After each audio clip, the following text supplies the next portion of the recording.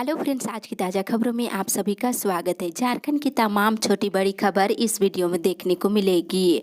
सबसे पहले बड़ी खबर, झारखंड के 6 शिक्षकों को आज सम्मानित करेगी सरकार। एक बड़ी खबर की शिक्षक दिवस के मौके पर आज राज्य के 6 शिक्षकों को सम्मानित किया जाएगा। झारखंड अधिविद्य परिषद जय के सभागार में सभी शिक्षकों को सुबह 10 बजे सम्मानित करने को लेकर बुलाया है। वहीं प्राथमिक शिक्षा निदेशक किरण कुमार पासी ने कहा है कि शिक्षक दिवस के अवसर पर सरकार ने राज्य स्तरीय शिक्षक पुरस्कार समारोह आयोजित कर राज्य के 6 शिक्षकों को सम्मानित करने का निर्णय लिया है। इसमें साहेबगंज, रामगढ़, दुमका, लातेहार, पूर्वी सिंहभूम और खूंटी जिले के शिक्षक सम्मानित किए जाएंगे। इसी के साथ ही अगली बड़ी खबर, सदन में बोली सरकार पिछड़ों को 27% आरक्षण के लिए बनेगी कमेटी। एक बड़ी खबर की राज्य में पिछड़ी जाति को 27% आरक्षण देने के मुद्दे पर समिति गठन का प्रस्ताव सरकार के पास विचाराधीन है। सरकार इसके लिए कमेटी बनाने पर विचार कर रही है और विधानसभा के मानसून सत्र में दिए गए आश्वासनों पर की गई कार्रवाई से संबंधित पेश रिपोर्ट में इसका उल्लेख किया गया है।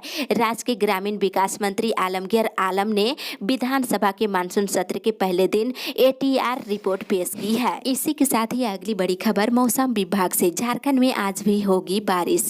झारखंड में राज्य के उत्तरी, मध्य और पश्चिमी भागों में आज भी बारिश होने की संभावना जताई गई है। इसके बाद 6 और 7 सितंबर को गरज के साथ बारिश हो सकती है। इन दिनों मानसूनी बादलों की श्रृंखला राजस्थान से होकर उत्तर पूर्वी की ओर जा रहा है। झारखंड में मानसूनी बादल अभी सक्रिय नहीं है। उत्तर पूर्वी की ओर जाने वाले बादलों से अलग अलग हिस्सों में बारिश हो रही है। मौसम विभाग से मिली जानकारी के अनुसार झारखंड में फिलहाल सिर्फ दक्षिण पश्चिम हवाएं चल रही है। इन्हीं हवाओं के कारण बारिश हो रही है। बारिश में कमी होने से तापमान में भी थोड़ी बढ़ोतरी हो गई है। इधर देवघर, दुमका, गोड्डा, साहेबगंज और पाकुड़ और गिरिडीह में इन दिनों तापमान थोड़ा चढ़ा हुआ है। बारिश होने से कुछ देर के लिए राहत मिल रही है। इसी के साथ ही अगली बड़ी खबर, झारखंड कोरोना अपडेट से।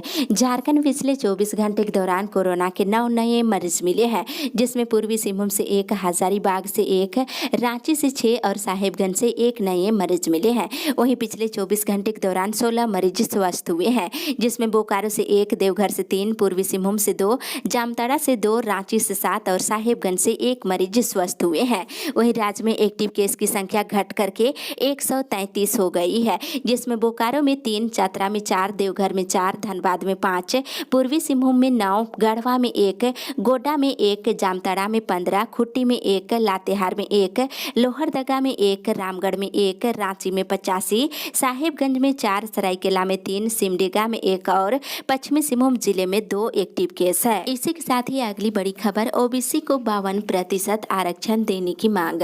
राष्ट्रीय OBC मोर्चा के पलामू जिला अध्यक्ष शैलेंद्र कुमार सैलू ने CM के नाम उपायुक्त को मांग पत्र सौंपे हैं। मांग की है कि देश में जातीय आधारित जनगणना नहीं होने से OBC समुदाय को वाजिब हक और अधिकार नहीं मिल पा रहा है।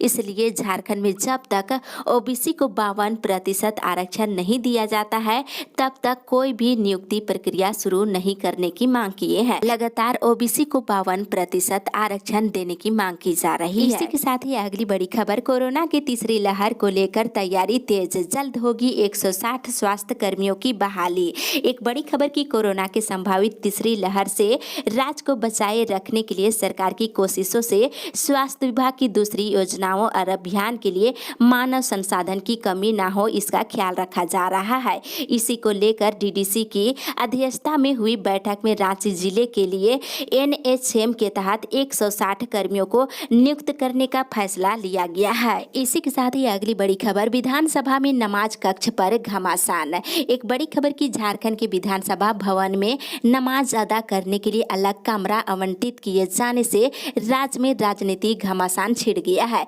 विपक्षी दल भाजपा ने इसे लेकर सरकार की तुष्टीकरण की नीति बताते हुए बड़ा मुद्दा बना दिया है, जबकि सत्ताधारी दल इसे परंपरा निर्वाह बता रहे हैं। निर्णय के विरोध में भाजपा ने रविवार से राज्यभर में 5 दिनों के आंदोलन का ऐलान कर दिया है। साथ ही निर्णय वापस नहीं लेने पर मामलों को लेकर के न्यायालय जाने की चेतावनी दी है। भाजपा विधायक CP सिंह ने विधानसभा परिसर में नमाज कक्ष की तरह ही बजरंगबली के मंदिर के लिए भी स्थान आवंटित करने की मांग रख सियासी पारा और भी चढ़ा दिया है।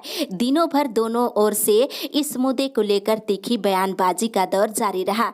फिलहाल ये सियासी तूफान थमता नहीं दिख रहा है। इसी के साथ ही अगली बड़ी खबर, अब आंगनबाड़ी केंद्र के बच्चों को भी मिलेगा अंडा। राहत भरी खबर की राज्य सरकार आंगनबाड़ी केंद्र में आने वाले बच्चों के आहार में अंडे उपलब्ध कराने का निर्णय लिया है। सरकार भी इससे लेकर गंभीर है और माता और बच्चों को भरपूर पोषण आहार मिले, ये बातें महिला बाल विकास मंत्री जोबा मांझी ने मोराबादी मैदान में आयोजित पोषण माह पर जागरूकता सह पोषण संकल्प दिवस पर कही है। साथ ही मंत्री ने कहा कि सरकार बेहतर प्रदर्शन करने वाली सेविकाओं को प्रोत्साहन भी देने का निर्णय लिया है। वहीं दूसरी ओर स्वच्छता राजदूत बनेंगे झारखंड के मेधावी बच्चे। केंद्र के निर्देश पर झारखंड के भी सरकारी स्कूलों में 15 सितंबर तक स्वच्छता पखवाड़ा मनाया जाएगा। इस पखवाड़े के दौरान स्वच्छता पर अधिक बल देने के लिए मेधावी और अन्य क्षेत्रों में उत्कृष्ट कार्य करने वाले बच्चों को स्वच्छता राजदूत मनोनीत किया जाएगा। झारखंड शिक्षा परियोजना परिषद की राज्य परियोजना निदेशक किरण कुमार पासी ने इसे लेकर सभी जिला शिक्षा पदाधिकारियों और जिला शिक्षा अधीक्षकों को निर्देश जारी कर दिए हैं। इसी के साथ ही अगली बड़ी खबर, स्नातक के अंकों के आधार पर होगा बीएड में एडमिशन। एक बड़ी खबर की राज्य के सरकारी और गैर सरकारी बीएड कॉलेजों में दाखिला अब अभ्यर्थियों के स्नातक के अंकों के आधार पर होगा। बता दें, स्नातक के अंकों के आधार पर ही मेधा सूची तैयार की जाएगी और जिसके आधार पर नामांकन लिया जाएगा।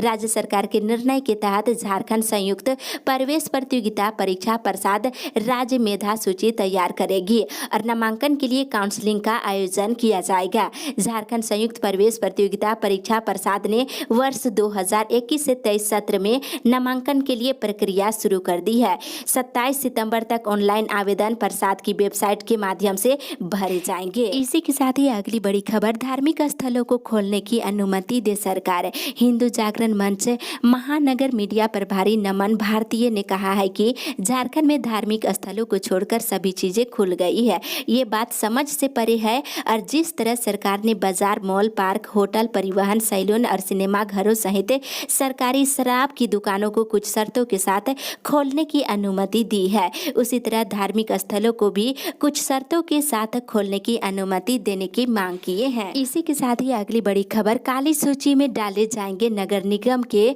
9 संवेदक।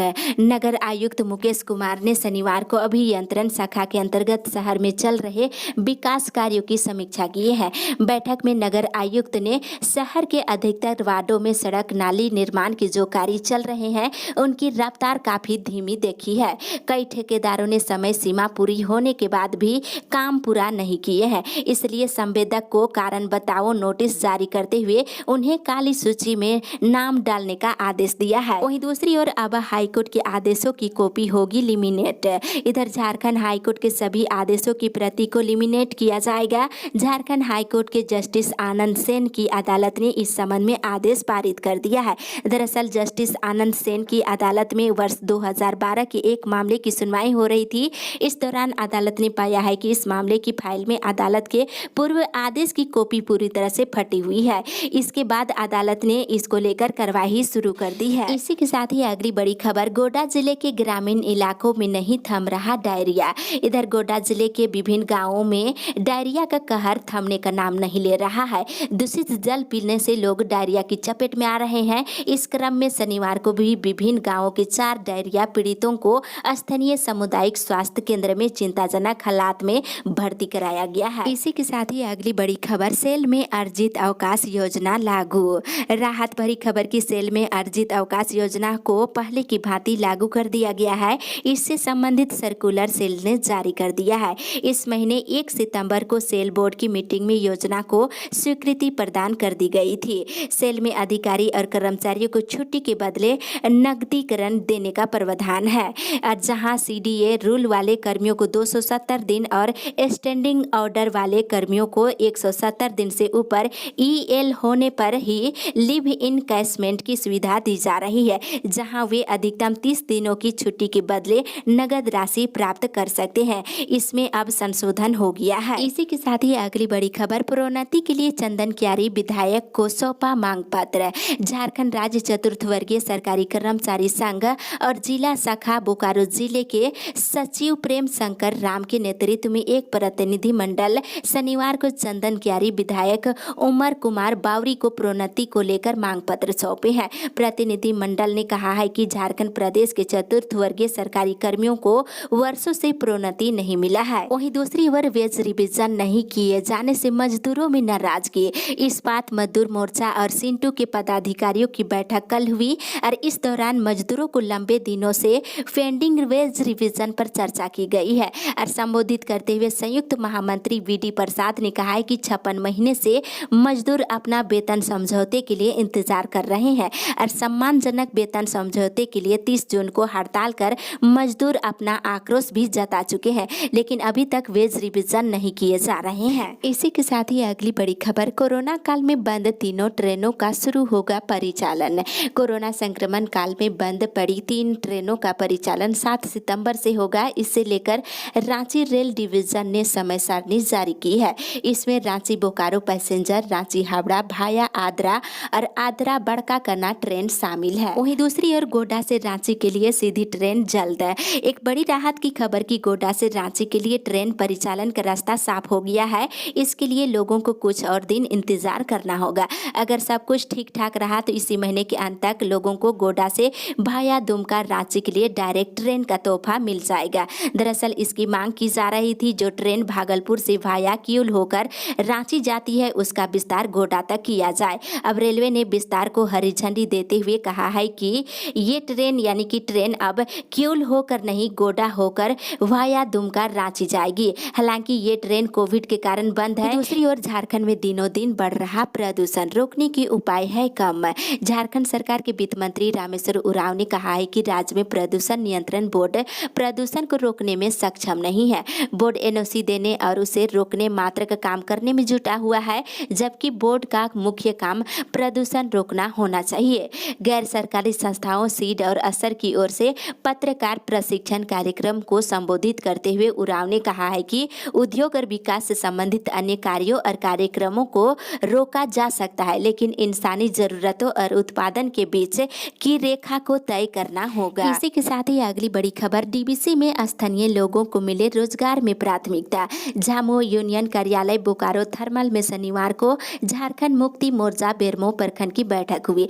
बैठक में मुख्य रूप से DVC Bokaro thermal power plant में विस्थापित और स्थानीय को रोजगार दिलाने की बात पर विस्तृत रूप से चर्चा की गई है। और दशरथ महतो ने कहा है कि झामुमो हमेशा युवाओं और बेरोजगारों को अधिकार दिलाने के लिए लड़ने का काम किया है। डीवीसी प्रबंधन स्थानीय युवाओं को प्राथमिकता के आधार पर रोजगार दे, अन्यथा युवाओं के अधिकार के लिए झामुमो प्रबंधन विरोध में आंदोलन करने का काम करेगी। इसी के साथ ही अगली बड़ी खबर, महंगाई के खिलाफ सीकेएस ने निकाला जुलूस।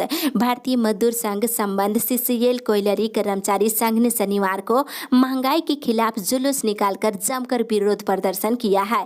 यहाँ पर केंद्र सरकार के खिलाफ नारेबाजी करते हुए वक्ताओं ने कहा है कि देश में महंगाई चरम पर है, जो थमने का नाम नहीं ले रही है और देश की जनता के साथ साथ कोयला मजदूर और ठेका मजदूर भी बेहाल है। वहीं कोल इंडिया कोयला मजदूरों के साथ बंधुआ मजदूर जैसा बर्ताव कर रही है और 11वां वेतन समझौता भी समय पर नहीं हो पा रहा है। केंद्रीय नेताओं द्वारा आगामी 9 सितंबर को सभी जिले के उपायुक्त कार्यालय समीप केंद्र सरकार के खिलाफ धरना प्रदर्शन करने का निर्णय लिया गया है। इसी के साथ ही अगली बड़ी खबर, आरक्षण का पालन करने की मांग है। इधर अनुसूचित जाति जनजाति संगठन का अखिल भारतीय परिसंघ ने सरकार से राष्ट्रीय स्वास्थ्य मिशन के रांची जिला में विभिन्न पद पर होने वाली बहाली में आरक्षण रोस्टर और रजिस्ट्रार का पालन करने की मांग किए हैं। वहीं दूसरी ओर वोटर लिस्ट बनाने की अंतिम तिथि बढ़ाने की मांग।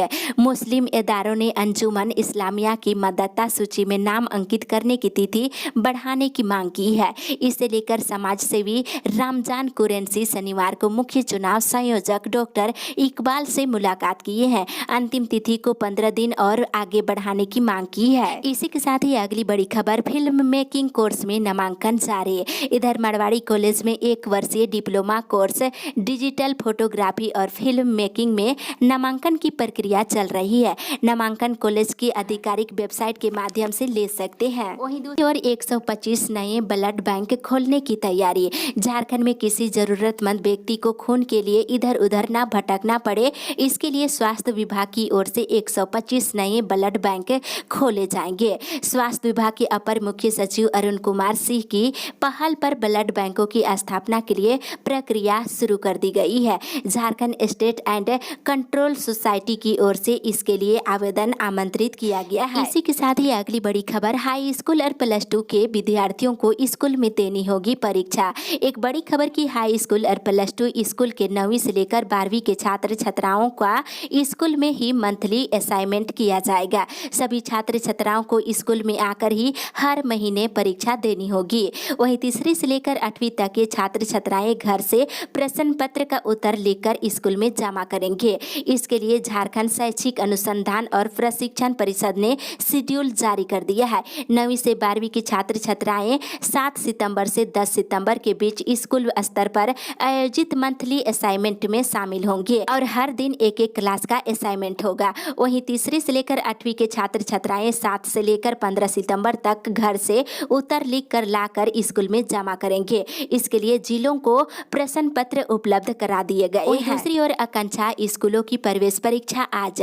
झारखंड के मैट्रिक पास छात्र छात्राओं को इंजीनियरिंग और मेडिकल की निःशुल्क तैयारी के लिए आकांक्षा की प्रवेश परीक्षा आज ली जा रही है। वहीं नेतरहाट आवासीय विद्यालय की तर्ज पर दुमका और चाईबासा स्थित आवासीय बालक विद्यालय और इंदिरा गांधी बालिका विद्यालय के तर्ज पर रांची के आवासीय बालिका विद्यालय में नामांकन के लिए दूसरी पाली में प्रवेश परीक्षा ली जाएगी। झारखंड एकेडमिक काउंसिल ने इसकी तैयारी पूरी कर ली है। इसी के साथ ही अगली बड़ी खबर, यूरिया खाद ऊंचे दामों पर बेच रहे दुकानदार। इधर तमार प्रखंड क्षेत्र में किसानों को एक बोरा यूरिया खाद 450 रुपये से 500 रुपये तक देने पड़ रहे हैं। किसानों ने कहा है कि तमार लैंपस में एक बार यूरिया खाद आई और लैंपस में भी 300 रुपये प्रति बोरा बेचा गया है। किसानों ने कहा है कि यूरिया खाद की किल्लत दिखाकर दुकानदार मनमानी कीमत वसूल रहे हैं, फिर भी सरकार इस ओर ध्यान नहीं दे रही है।